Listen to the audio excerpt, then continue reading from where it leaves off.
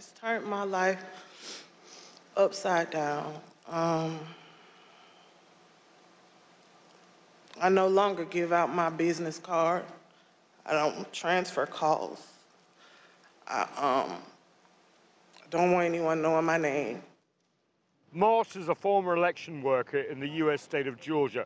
She was allegedly harassed by the Trump campaign on claims she committed election fraud in a bid to overturn the results of the 2020 presidential election. She was later cleared of any wrongdoing. Her experience makes up a small part of a 98-page indictment unsealed Monday night. It includes 13 felony counts against former President Trump and a total of 41 counts against 18 other individuals, which charges that Trump and his supporters in Georgia engaged in a criminal conspiracy to overturn the results of the presidential election.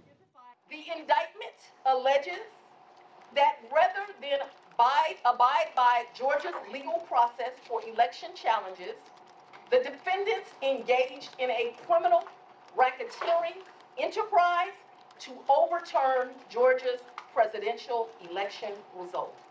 The charges uses statutes normally reserved for organised crime syndicates. The potential crimes range from stealing poll data to trying to seat fake electors on January the 6th that could have delivered Georgia's 16 electoral college votes to Trump, not Joe Biden, who had legitimately but narrowly won the election in the state.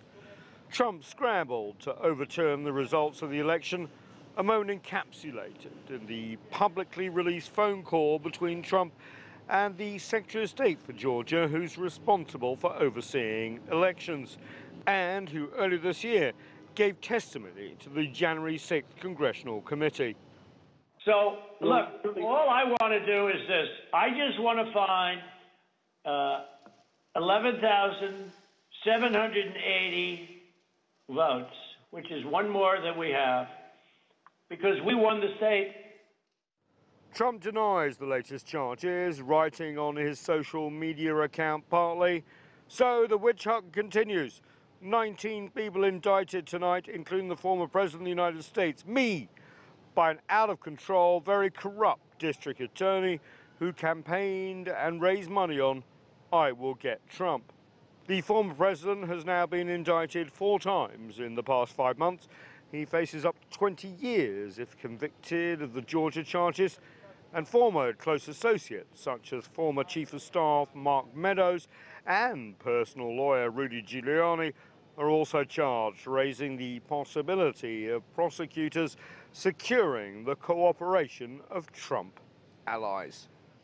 Trump, of course, is fighting back, portraying himself as a martyr targeted by a partisan legal system. He's raising millions in campaign donations too. But there's one big problem for the former and potentially next US president, is that Georgia is charging him with state crimes.